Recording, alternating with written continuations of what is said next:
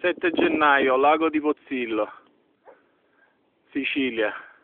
Questo che vedete di fronte è il paese di Agira, il paese di Diodoro Siculo, I secolo a.C., che ha scritto la storia in 40 volumi.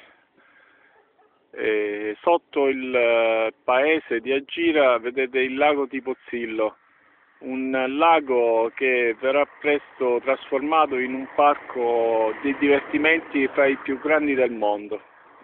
Il lago di Pozzillo fu interessato alcuni anni fa da un disastro ecologico di dimensioni immani e l'acqua non era più potabile e quindi tutto il bacino venne riutilizzato per altri scopi.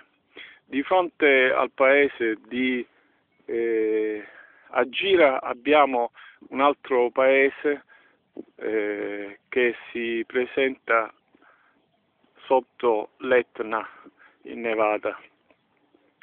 Si tratta di Regalbuto, che insieme a Centuripe e insieme alla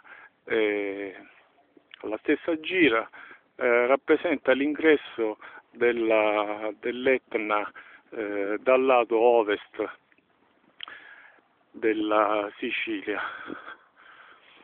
Il paese è molto importante perché è il paese dove si svilupperà questo grande parco, su cui ricade questo parco dei divertimenti che presto sarà costruito dentro il lago.